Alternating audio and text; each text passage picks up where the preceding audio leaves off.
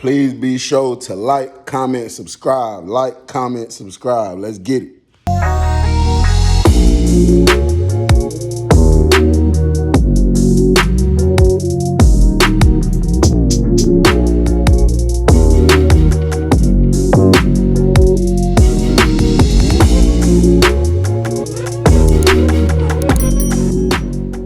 What up, though, y'all? It's your boy Bill. I appreciate everybody, man, for rocking with me on Patreon. I had a few people hit me and be like, bro, you don't post enough on here, so I humbly took that into consideration. I appreciate y'all for rocking with me on my merch.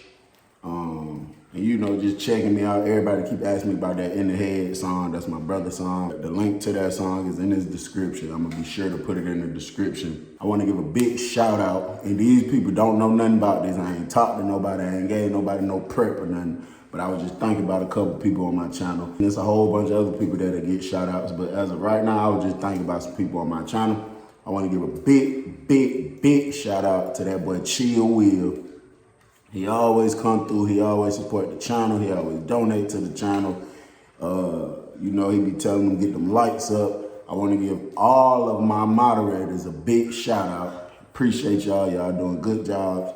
And last but not least, this person does not know about this. I don't know this person from a can of paint. Never had a conversation with this person. But I seen that when I posted yesterday, one of my loyal subscribers commented and said, you dropped this video just in time for my birthday weekend. So I want to give a big happy birthday to Ebony Williams.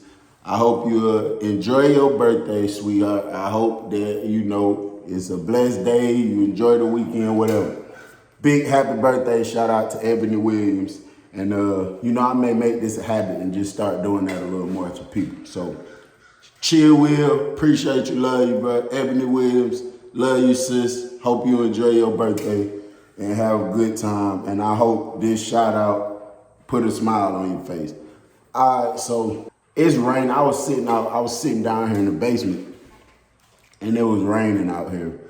And I was just sitting back thinking, reflecting on stuff. And it made me think about a dude that took himself out the game one day. Now, during my time in the prison, it has been probably thousands of people that took themselves out the game. But I was just thinking about this one specific dude because I was in the dorm with him.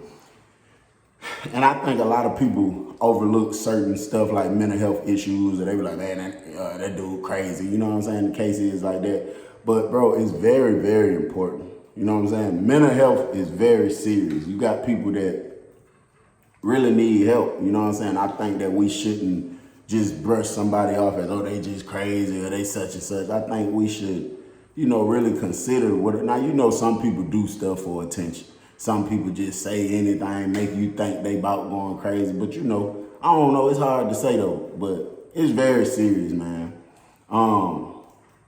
It's very, very, very, very serious. All right, so I was in the dorm with a guy. He was an older guy. He was probably I'd say about 50 years old. It's so crazy, you never really know what a person going through because the man was so cool and humble. You know what I'm saying? He used to cut people's hair. He'd sit around and tell jokes, crack jokes with you. I had 2 pairs of clippers that I ordered off the package. And I had only had a year left of prison to do. And these clippers last for a long ass time. So he was a pretty good barber, but he just used to mess up his money on the cream. Whenever he got to cut somebody's hair, he got to use your clippers. Or if you the one got the clippers, but he want to cut somebody else's hair, he'll come, whoever hair he finna cut, he might charge them $4 for a haircut. And then he'll come tell you, I'll give you $1 to let me rent out your clippers. You know what I'm saying? It used to go like that. So I was sitting there thinking one day, and I said, you know what? I'm not gonna be able to use both pair of these clippers. I only got a year left. One is gonna last way past a year. So I went down there to him one day. I said, what you would charge me to cut my hair? So he was like, $4 because I ain't got the clippers. So I was like, what if I give you the clippers? He was like, then just give me $2. I was like, how about this? I got something even better for you. I will let you have a pair of clippers. You don't owe me nothing back on it. but whenever I need a haircut, like once a week, just cut it for me free. So he jumped on that like, hell yeah, I'll do that. I only need a cut once a week. Plus, I had went bald already, you know what I'm saying? So at this point, all I need you to do is shave my hair when it starts growing on the sides, line me up, line my mustache up, get this hair off my neck, and I'm straight. So he was like, hell yeah, I'll do that because you got, what, 70, 80 something people in the dorm? So most people want a haircut once a week, you know what I'm saying? So he'll be cutting hair every single day because what his cut might be Monday, you know, that might be his every week mark, but it's gonna be several people Monday, Tuesday. He's gonna be busy every day throughout the week because I gave him these clippers. So we locked in. He's like, hell yeah, I'll do it. I'm talking to him, man. He telling me how he just did 5 years. He cutting my hair. He like, man, I ain't got 8, 9 months left, something like that. I'm like, damn, I'm right behind you. I got a year left. He like, yeah, everything good. Now, he told me when he was cutting my hair, because I asked him, like, you know, you do the cream, you smoke, like, what you do? You know what I'm saying? If I want to look out for him, I just throw some. So he like, no, I don't mess with no cream. I don't mess with that, period. He said, I don't even smoke weed. He was like, I smoke Chris Brown CD every now and then. He was like, but I don't do no drugs and nothing. So I'm like, that what's up, bro? So I'm just talking to him like, man, what you gonna do? You know what I'm saying? When you get out, and it was like a pause, you know what I'm saying? He stopped cutting my hair. He was just looking, he was like, you know what I'm saying? And he went to talking, bro, and he went to telling me that, you know, his mama passed away since he been locked up. His daddy passed away. He said he got 2 kids, but you know, this is like his 3rd time in prison. So he got 2 kids. They both grown. They don't want nothing to do with him because they feel like he's a jailbird. They feel like he just keep, you know, messing up his life, going in and out of prison. Every time he get out, he going back. Every time it's something. So he said that's how they feel about him. What he said, his parents passed away. His 2 kids ain't want nothing to do with him. The lady he was married with ended up leaving him with his nephew. That was so crazy. He said he found out his nephew was smashing his wife. They so-called themselves together now, living in the same house together. And you know, his eyes watered up and stuff. And I'm like, you know, damn, you know, that's messed up, but you just got to keep it pushing, It is what it is. You know, people, sometimes stuff happen in life, bro, but you still here, you still alive. So, you know, you still just got to keep pushing. He like, yeah. He just looking like looking up, and his eyes watered. He ain't, you know, they ain't crying or nothing, but they just watered up. And he just like, yeah. You know what I'm saying? So I'm like, dang. I'm really thinking like gonna mess around and get out and go do something crazy, maybe to his nephew or to his wife, because the way he looking, and he just like, yeah. You know what I'm saying? So I don't really know, but I knew like, damn, something be bothering. So what I started doing from that point on, like whenever I'm just not doing nothing, I ain't on the phone, I ain't making no play or nothing, and I see Unc out there, I might just pull up on him, holler. I know he ain't really had nothing, but he was getting stuff from hustling, but he denied being on the cream, but I knew he was on it simply because this man would be cutting hair all day. Just say he cut 10 people hair today. He charging people $3, $4 a haircut, depending on who you is. That's $30, $40 a day in food, which when you look at it on the cash out value, if I got $30 in food, if I sell it for cash out, that's $50. He'll make $30, $40 a day in food. And he used to cash it out. Cause one time I even bought some food from him. Okay, so how it works is you get like $3 on every $5. I hope I'm saying it right. So Unc might be grinding, cutting hair. He might charge people $3 because he might be people he cool with, or he might just run a special today because they really $4, $5. But he might be like, I'm doing haircuts $3 a day. Just say he cut 10 people hair today. Now he got $30 in food. Now you got something called cashing out in prison, where if I don't got no food, or if I didn't go to the store, whatever my reasoning for needing some food is, if you got the food right now, I can't get it from the store but one time a week. So every $5 I give you on Cash App, I'm really only getting 3 in food. You see what I'm saying? So if Unc got $30 in food right here, and I send him $25, 5, 10, 15, 20, 25, I'm only getting 3. 3, 6, 9, 12, 15. So I'm giving him a $25 cash app. He give me half of his food. That's $15. So then he go do it again to somebody else. So really he just made $50.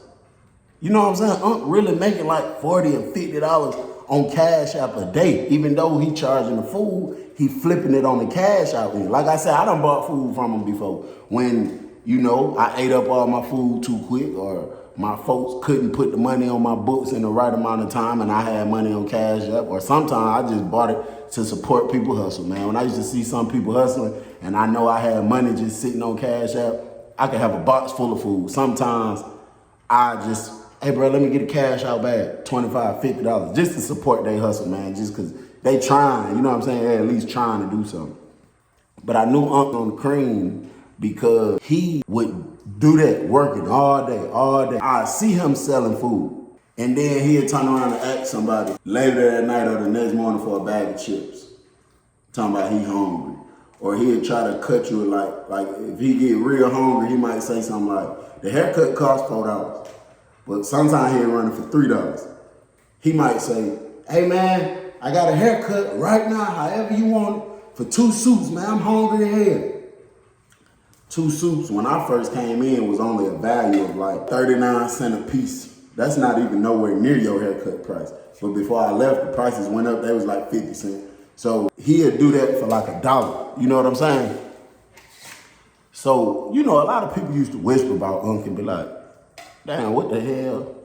You know what I'm saying? And before I continue, the reason I'm saying Unc is because it's so recent. The situation that happened is so fresh. And, you know, I just don't want to say his name. I just don't know how people feel about that, you know, his family or, yeah. I don't remember him having a nickname. I just remember us calling him by his name.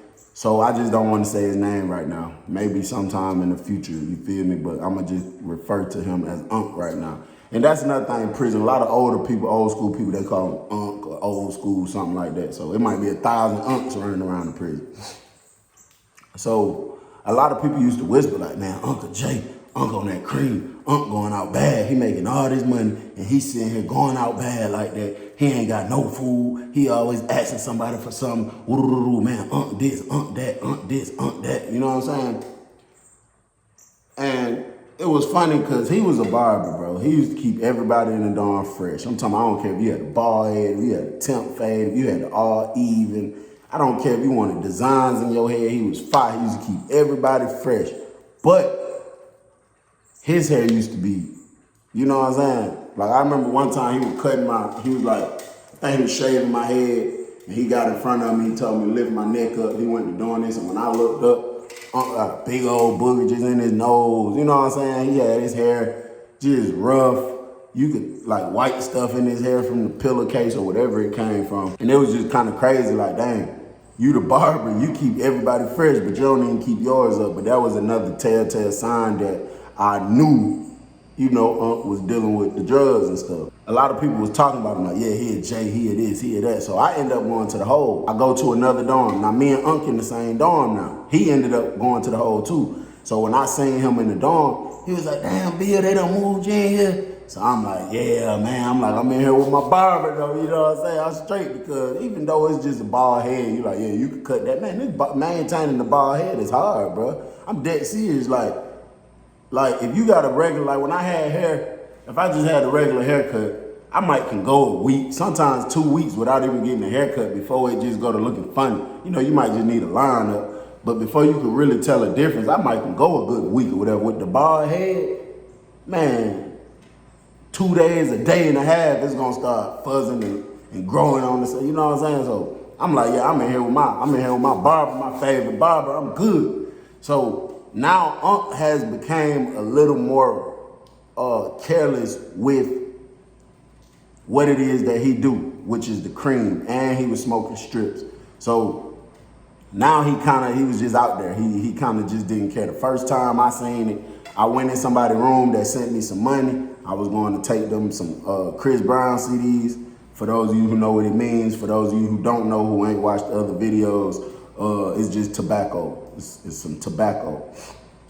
I go in there to take some of it to somebody, and when I walk in the room, all I hear, now the locker box, what people used to do a lot of times, when people do the cream and they do what they call sneak and geek, or he's sneaking and geeking, is when like they don't really want everybody to know they doing it, but he really didn't care, you know what I'm saying, at this point. And I knew that, you know, just from being in that dorm with him. But when I first seen it, he was trying to sneak and geek. I came in the room to get a dude, the tobacco, the light was off, but they had like a little light bulb at the end of the bed, but it had like a something they got called an OMS. Basically, that's your schedule that the prison give you, like what you're supposed to do every day. It's really some BS, but they give it to everybody. It's called an OMS schedule. They had that over the light. The OMS was pink at the time, so it dims down, you know, the brightness in the room, and it's just like a little pink glare back there.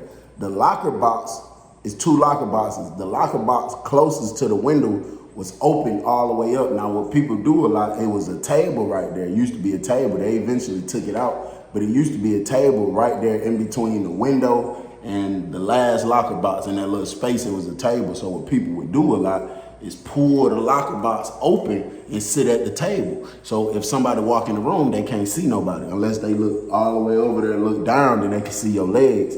But they won't see nobody because the locker box is blocking you off. I walked in the room and I knew something was funny because the dude that bought the tobacco from me, I knocked on the door, I said, "See Bill." When I walked in the room, as soon as I walked in, he was like walking from behind the locker box. But as soon as I was pulling the door open and took the first step in, I heard, you know what I'm saying? So instantly I knew what was going on. I just heard a hard snorting sound. Then I just heard immediate coughing right behind it. I already knew somebody was over there doing the cream. You know what I'm saying? It is what it is. It's normal. I see that all the time in there. So I go in, I give him the cream. So I guess dude behind the locker box just so, you know what I'm saying, just so anxious and shot out to want to talk or whatever. He pushed the locker box open. He pushed it closed. So by the time dude was saying, "I appreciate it, bro," I was giving it to him, he pushed the locker box open. Now, you know, I'm looking because, you know, a box just swing open. I got to be on point. So I'm looking, he's swinging the box back. I look, it's Unc sitting right there. So I'm like, Unc? He gonna try to, like, try to play on my intelligence a little bit. Like, I kind of didn't know what was going on. He gonna jump up real quick, talking about, "Yeah, man, I'm just in here chilling." The dude I just gave the tobacco to, he gonna hit him on the shoulder, talking about, "Yeah, man, I'm just in here chilling with little bro, man." Talking to little bro the whole time he talking to me. "Yeah, I'm just chilling with little bro. You know what I'm saying? Talking to little bro." And it's just like, I really didn't care. You know what I'm saying? Like, bro, if that's what you do with your, you know what I'm saying, yourself, you a grown man, bro. You 50-something years old. I feel like when you that age and you doing something like that, this ain't nothing you just started, bro. You know what I'm saying? So it ain't really much I can say or do to try to snatch you up out of that. Like, "Nah, you know what I'm saying? Don't be doing that." You know that. You know better. You've been in the chain gang, you know, wild way before I ever came. Probably when I was still a baby. So, you know, I wasn't going to say nothing, no way. So one day, he was cutting my hair again. I'm talking to him and stuff. And I went to asking him again because I really want to, like, I'm not saying help him out, but kind of in a sense for what I could do because I know I can think real good. So I wanted to help him out in a sense, like try to help him get a different outlook on things he can do with his life when he get out. You know what I'm saying? So I'm talking to him, so I'm like, "Hey, man, you know they got trades, bro. You can get out, bro. You can go get you what they got, welding. You know what I'm saying? You can just get a trade in anything, bro. They got welding. They got something called HVAC. That's what I even thought about doing, HVAC, once upon a time. You know what I'm saying? Just learning the skill. I'm just telling him, like, bro, you know, when I was in Job Corps, man, they had all kind of skills. I'm just thinking about all the skills. I'm like, bro, you can go to a technical college and get it. By you just getting out, you probably could get a certain type of grant, you know, by you being fresh out of prison that they probably pay for it for you or give you the money to do it or whatever the case like that. So he was saying a lot of stuff and everything he was trying to hit me with, you know, I felt like it was an excuse. But I know sometimes people don't be feeling like what they saying is excuses. See, what I learned, some things is really big deals to some people. That's why people that know how to talk and think, I feel like it's very essential people in this world, especially if they use their gift to help other people, because you might got somebody who's so stressed out about something, like he was like, man, I don't know where I'm gonna stay. I might be homeless when I get out. You know what I'm saying? I stopped them off the dribble. Man, they got all kinds of shelters you could go to. You know what I'm saying? I'm telling you, they got programs they got grants. I've seen it online for people fresh out of prison, like people that's convicted felons. I'm like, bro, it's stuff you can do. He like, man, I don't want to be living in no shelter. It ain't about what you want to do. If this is what you got to do for a little minute, bro, do what you got to do. And then, you know, work on stuff, go get you a little job or something, work on stuff. Oh, I'm a convicted felon, man. This is my 3rd time in prison. Ain't nobody gonna hire me. Go to a temp service. I bet they hire you. You go to a temp service, I don't care how many felonies you got. You go to a temp service, I guarantee you be working ASAP. You know what I'm saying? So everything he was trying to say, I was hitting him with it. He like, man, my kids don't want to see me no more. I'm like, bro, okay. Your kids feel like, you know, you been in and out, you a jailbird. They probably feelings hurt, bro. They probably feel like you don't care about them. Cause they might be looking at other people, you know, parents and how they treat them. And they probably looking at you like, damn, man, every time you get out, you go right back. You don't even care about us. You don't care about your kids. You know what I'm saying? They might feel that way. So, bro, just get out, go hard, do what you got to do, stay focused. Do not come back to jail for no reason. I don't care what it is. And when you start getting yourself together, bro, be there for your kids, bro. I mean, even without finances, be there for them. Try to just go around. You know, you 50, bro. They grown. You got to try to build that bond, babe. They probably don't trust you, bro. They probably just disappointed. You know, feel like I said, like you don't care about them. Get yourself together. And then once you get it together, keep getting it together, keep going hard, and just be there for your kids. Any way you can. You know what I'm saying? So he listening to me, whatever. But like I said, he just keep saying little stuff. He keep pretty much repeating, you know, the same type of stuff that I just give him an alternator for. He'll still repeat it, like, you know. And then whenever he went to talk about his parents, bro, as bad as I wanted to say life goes on, I ain't say it. Because, you know, certain stuff I just feel like is meant for certain times. You don't just tell nobody, you know, like him in that situation. He's really hurt about his parents passing away. You know what I'm saying? And I mean, that's inevitable, bro. It's gonna happen. People gonna pass away. We can't stop. We all gonna pass away one day. But he was like really hurt about his parents not being there no more. You know what I'm saying? And like I said, I wanted to say, listen, bro, life goes on, bro. It don't matter what happened. It don't matter who passed away. You see the point I'm making, bro. If you got rent, the rent man don't care nothing about your parents passed away. He want his money. You see what I'm saying? The rent man don't care nothing about that. He want his money. The phone company don't care nothing about that. They want their money. So, you know, I look at everything like it is what it is. Life goes on. You still got to do what you got to do type of attitude. But like I said, that's not something that you just say to somebody that's devastated about something like that. So I asked, you know, how recent was it? He told me his pops been passed away years ago, but he said within the past, I think year or two is when his mama passed away. Now I know that can be hard, bro. You 50 something years old. I don't know how tight him and his mama was. And it's just like, bro, you know, 50 years of knowing this lady that she passed away, so I could understand. I could definitely see that being something very hard to deal with. So I just used to try to tell him stuff like, bro, you know, you just got to keep pushing, You got to keep pushing, man. You got to still just try to, you know, just figure ways out to do stuff in life, bro. I used to tell him all the time, like, man, you be on the phone, you be buying phone time. Man, there's plenty of little stuff you could try to look up about housing programs or seeing if the state can help you get in something. You know what I'm saying? If they do, it might not be the best neighborhood, might not be the safest neighborhood, but bro, you can survive through this. We could come out on the streets and survive in any neighborhood, any area. You know what I'm saying? So I used to always try to give him alternatives and stuff like that he can do, and stuff that I know can be done to just try to help him stay on point and stuff like that. So then Unc started tripping. He really started tripping, right?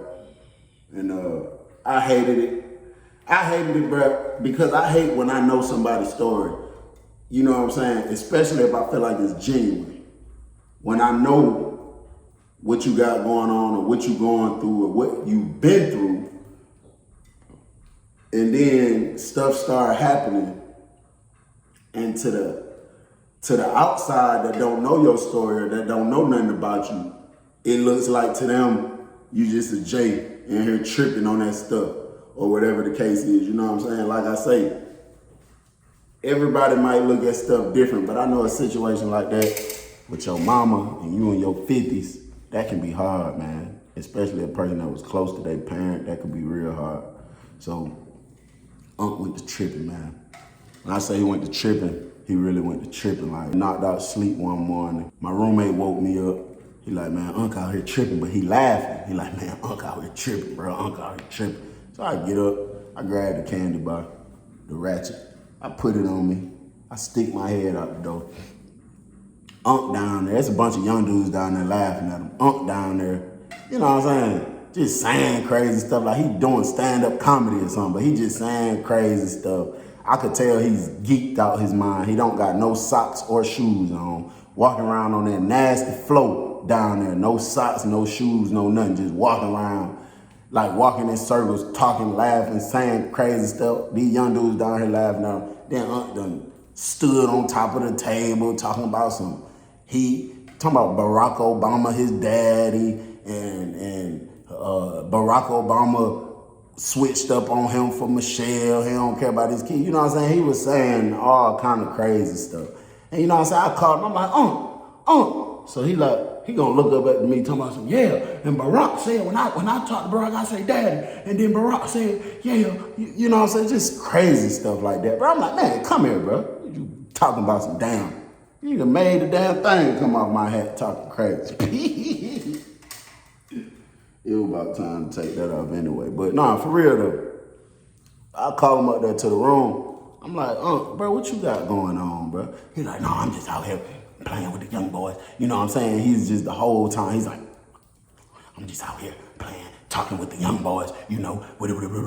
So I just, you know, I wasn't really trying to be funny. I just really wanted to see if, like, if that stuff really got him crazy in the head, or if he really just out there talking, just clowning around. So I said, what you say, you talked to Michelle and Barack Obama? And he gonna say, yeah, Barack Obama, my dad.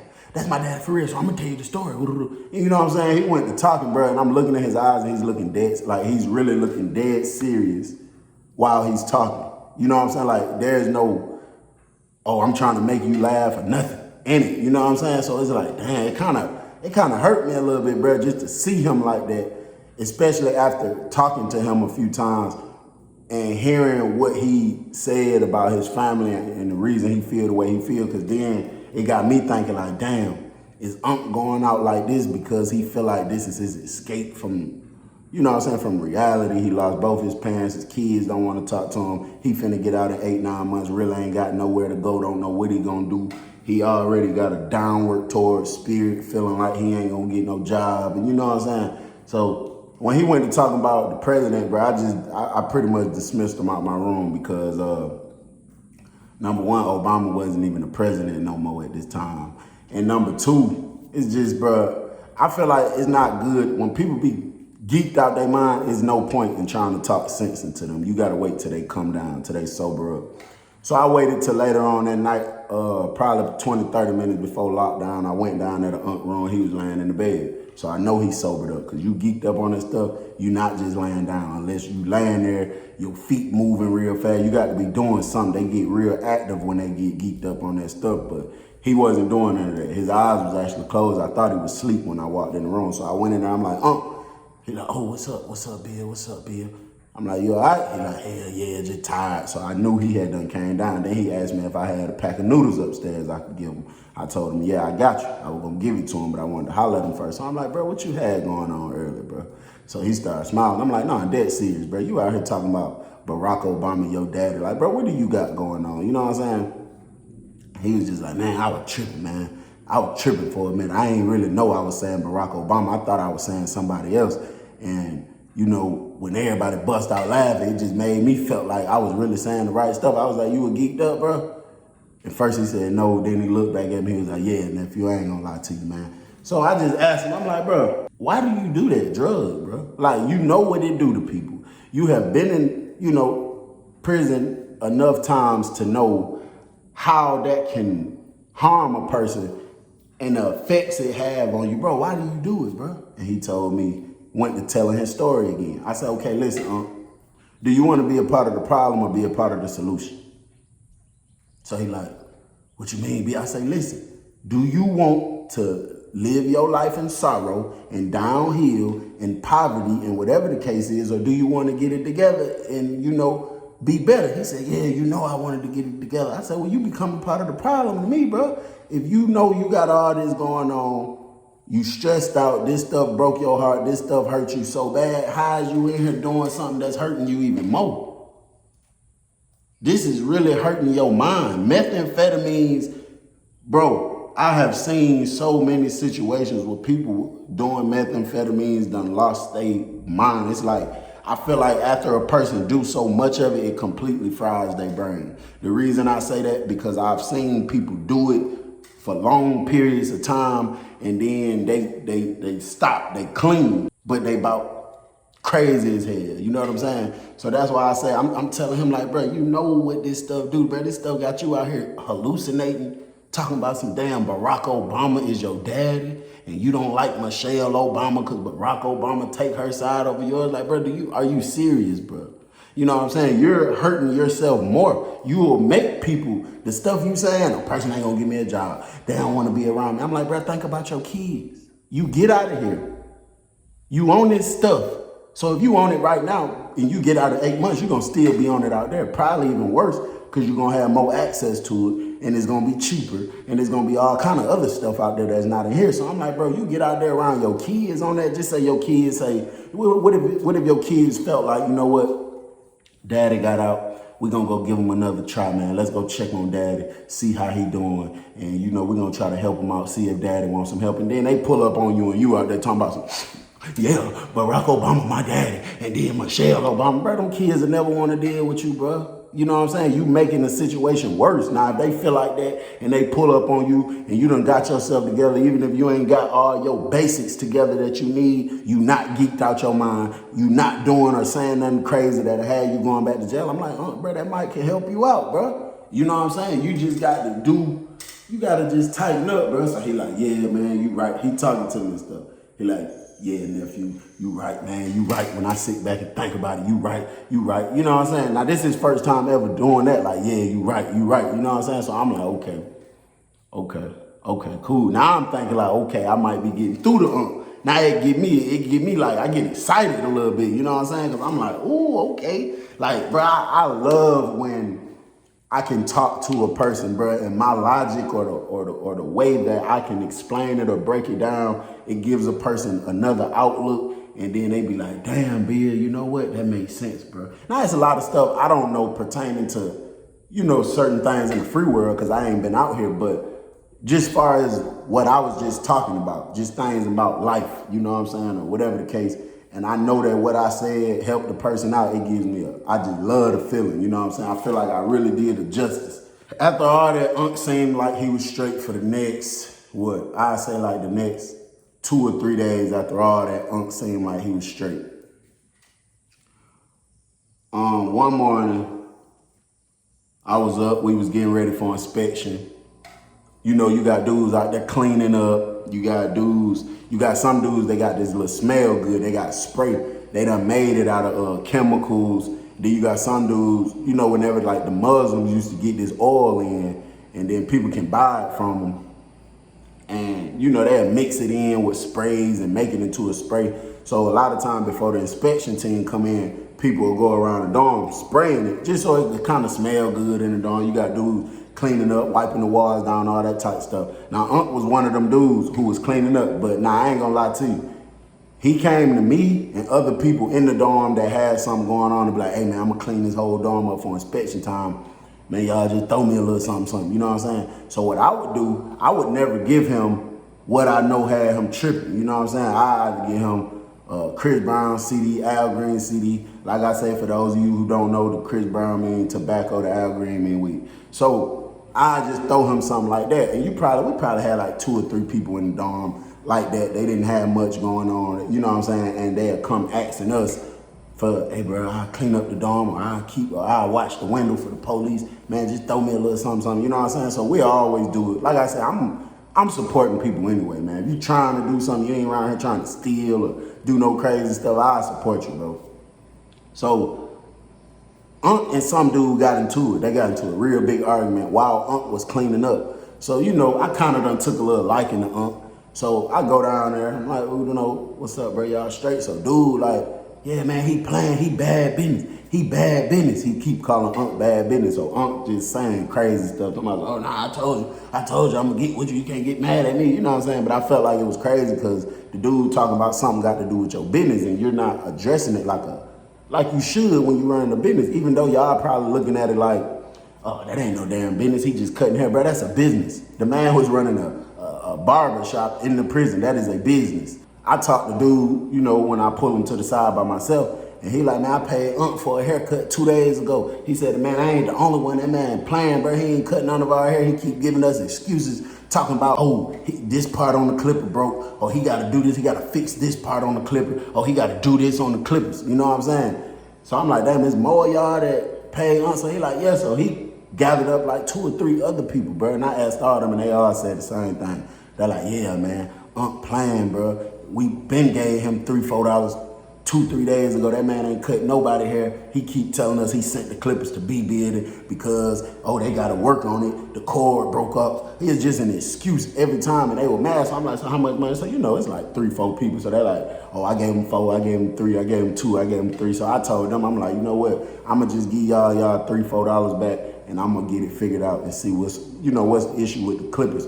But just to keep y'all from, you know, trying to do something to let me just straighten y'all out. So they like, all right, cool. So I go to my room. I gave him $4, him $3, him $3, him $2, $4, whatever the case it was. So I asked Unc, like, bro, what's up with that? He like, oh, no, they ain't got no patience. You know what I'm saying? They ain't got no patience. They whoop, whoop, whoop. I told them the clippers would whoop. So I asked him, where is the clippers? Because I'm the one gave him the clippers in another building. So I asked him, where is the clippers? So he tell me the building that we was in before this, the clippers is in that building.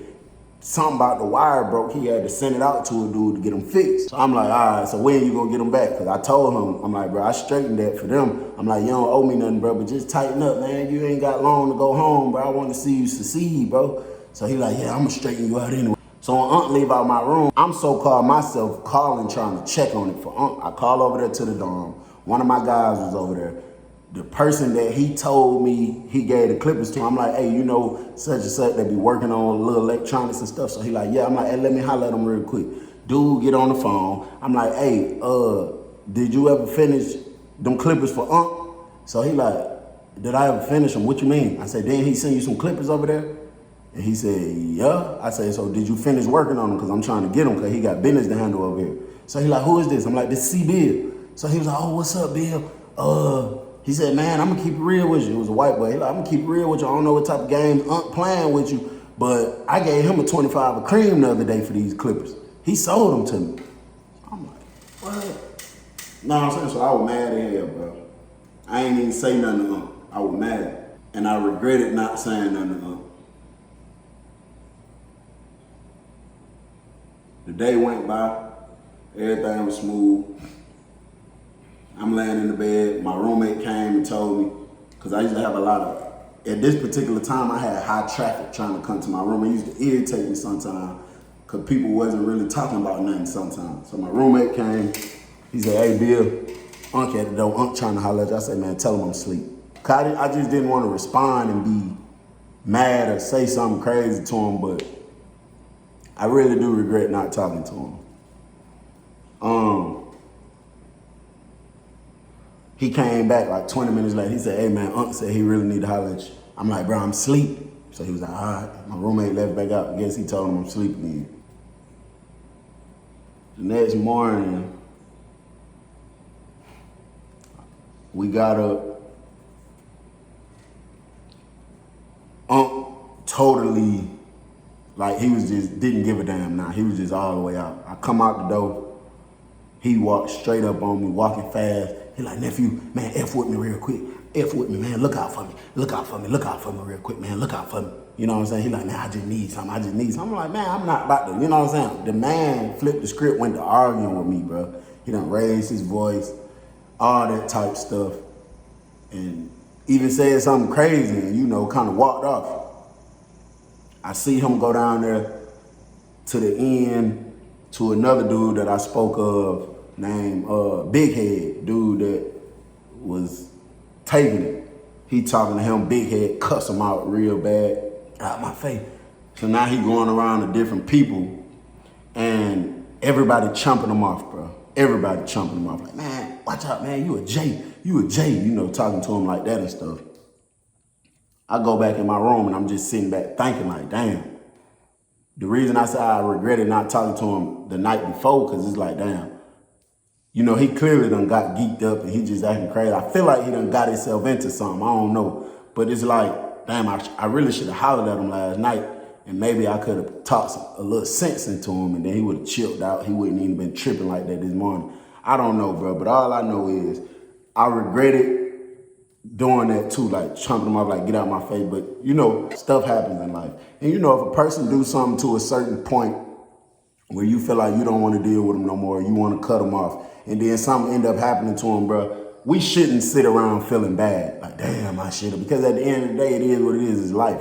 These is choices that you made. You made me feel like this about you. So, you know, whatever the case. So that's how I try to look at it, to not make me feel bad about stuff, which is not an excuse. I mean, it's reality. That's real. So I go in my room, man, I'm going to say probably maybe an hour later, I hear, see Bill, see Bill. So I jump up. I got the candy bar on me. I snatch it off. I'm running to the door because I'm just thinking something done happened with one of my guys. Before I even made it out the door, I heard somebody say, man, this dead. Call the police. Get the police, man. Get the police. Get the police. Now, it wasn't no officer in the booth. So it's like, by the time I bust out my room, man, it was like 7 or 8 people banging on the window, trying to get the police attention, screaming through the little flap, banging on the window. So I look out the door, and dude was down there, CB. Another dude in the door was calling me too. So they standing outside of a door. It's like him and 3, 4 other people standing outside of a door. So I take off running over there with their head. I'm like, what's up? I'm still thinking it's something that happened with one of my guys. So I'm looking around and stuff. So I ran over there. I'm like, what's up? When I got over there, it was liquid coming through the door. You could smell it. I could smell piss in the air. So he was like, look, bro, man, hung himself, bro. So I'm like, who? They're like, look. And bro, I looked through the little holes in the door. And when I looked through it, face was against the bars like that. All you can see is his face pressing against it. Even, you know what I'm saying? And I looked up at the top of the door, and there was